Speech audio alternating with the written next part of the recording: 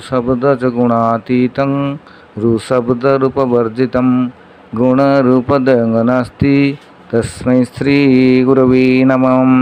ओं विष्णुशुक्लाम्बरधरं विष्णु शशिवर्णं चतुर्भुजं प्रसन्नवदनं ध्यायेत् सर्वविघ्नप्रशान्तये। अथ विष्णु अष्टनाम एवं षोडशनाम स्तोत्रं। ओं अच्युतं केशवं विष्णु हरिसत्यं जनार्दन हंसनारायणं चैव एतन्नामाष्टकं शुभं त्रिसन्ध्या जपठे नित्यं दारिद्र्यं तस्य नश्यन्ति।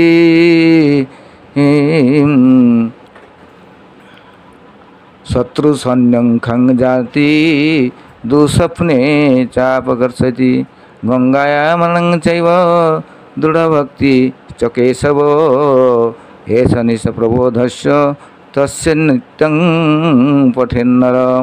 ओं औषधि चिन्तते विष्णु भोजने च जनार्दन शयने पद्मनाभं च वैवाहे च प्रजापति युद्धे चक्रधरं देवं प्रवासे च त्रिविक्रमं नारायणं तनुर्तागे श्रीधरं प्रियसंगमे दुःस्वप्ने स्मर गोविंद संकटे मधुसूदन कानने नरसिंहं च पावके जलसायिनं जलमध्ये वराहं च पर्वते रघुनंदन गमने वामनं चैव सर्वकार्येषु माधवम्।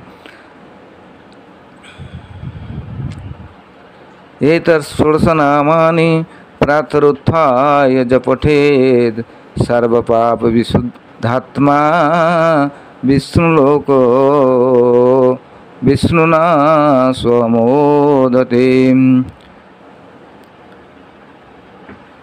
विष्णुंकर ये अष्टनाम एवं षोडशनाम स्तोत्र सकाळे संध्यारे श्रद्धायुक्त हो जो जन पठन करिवो किंबा श्रवण करिवो तार समस्त प्रकार पाप ताप कर्मश भय विनाश होई विष्णुंकर भक्ति प्राप्त होगापाई तार मार्ग उन्मोचन हब और महाप्रभुंकर कृपा प्राप्त हब।